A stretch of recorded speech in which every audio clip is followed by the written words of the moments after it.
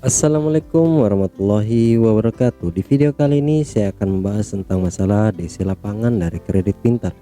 Apakah DC tersebut masih datang mengunjungi kalian teman-teman?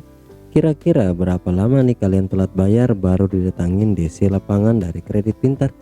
Serta apakah di daerah kalian ini ada DC lapangan dari kredit pintarnya atau tidak teman-teman?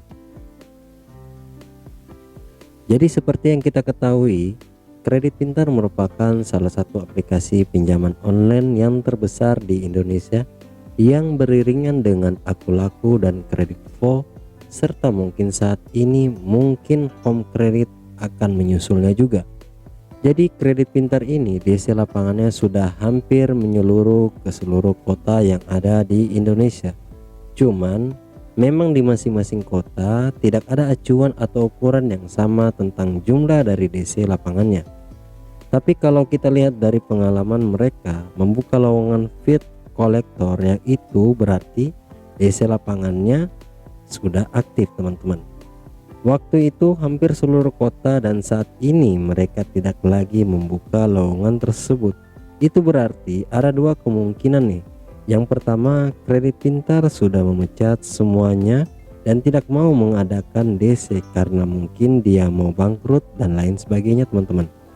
Atau kemungkinan yang kedua, karena mereka merasa DC lapangannya sudah ada di seluruh kota yang ada di Indonesia. Ini dua hal yang berbeda yang masih menjadi misteri, karena kredit pintar sampai saat ini juga masih dalam kondisi pemeliharaan sistem dan perbaikan sistem teman-teman. So buat kalian yang mungkin berpikiran, wah kayaknya kredit pintar lagi error, kayaknya kredit pintar lagi bermasalah, kayaknya kredit pintar lagi perbaikan sistem, kayaknya nggak bakal nih kredit pintar datang ke rumah kalian untuk menagih pinjaman online kalian teman-teman. Nah kalian salah besar ya teman-teman. 2 minggu yang lalu itu berarti kan kredit pintar sudah berada di fase pemeliharaan sistem atau di fase perbaikan sistem yang memang tidak bisa digunakan teman-teman. Tapi ada beberapa teman-teman dari 2 minggu yang lalu didatangin dari dan debt kolektor DC dari kredit pintar teman-teman.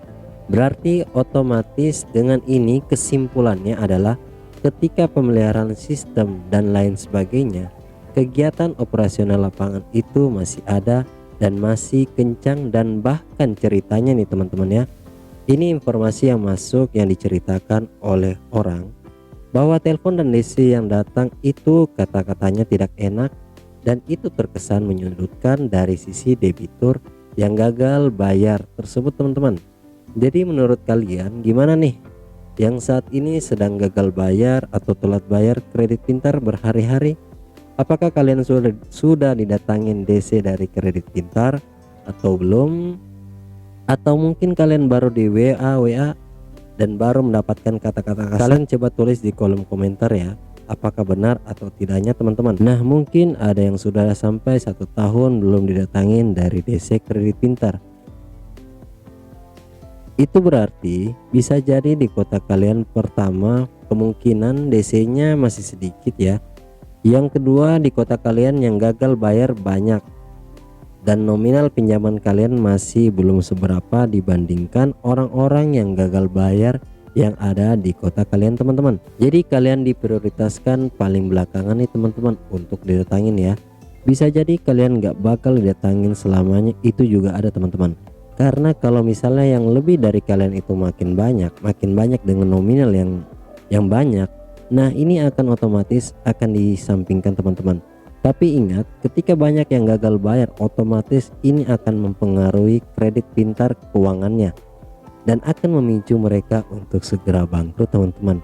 So buat kalian yang berpikiran, wah kredit pintar kayaknya mau bangkrut nih, banyak galbay, bisa jadi itu kemungkinan yang besar sekali karena banyak banget akibat pandemi kemarin kan, banyak yang pinjam. Nah efeknya sekarang nih banyak yang gagal bayar, banyak yang telat bayar, hingga menyebabkan kredit pintar cash flow-nya jadi terhambat teman-teman. Tapi seperti video yang saya bahas kemarin di masalah kredit pintar yang sedang rekrut besar-besaran karyawannya dengan gaji yang fantastis ya, kemungkinan kredit pintar masih ingin berusaha memperbaiki dan bisa jadi akan ada investor besar masuk untuk menutupi semua kerugian dan membuat fitur-fitur pinjaman baru teman-teman. Siapa tahu nih ya, Kredit Pintar tidak hanya akan menjadi aplikasi pinjaman online biasa, tapi sudah naik level seperti aplikasi Akulaku atau Kreditvo yang menjadi aplikasi pembiayaan atau pendanaan teman-teman. Kita tidak tahu ya namanya pemeliharaan sistem karena itu, ataukah memang karena mau bangkrut ya, kita juga tidak tahu teman-teman. Tulis pengalaman kalian dengan DC dari Kredit Pintar di kolom komentar ya teman-teman, agar teman-teman yang lain bisa membaca juga pengalaman-pengalaman yang sudah didatangin DC Kredit Pintar, biar semuanya bisa tahu dan lebih was-was dan bisa lebih tenang, karena banyak banget yang takut didatangin DC ke rumahnya ya teman-teman.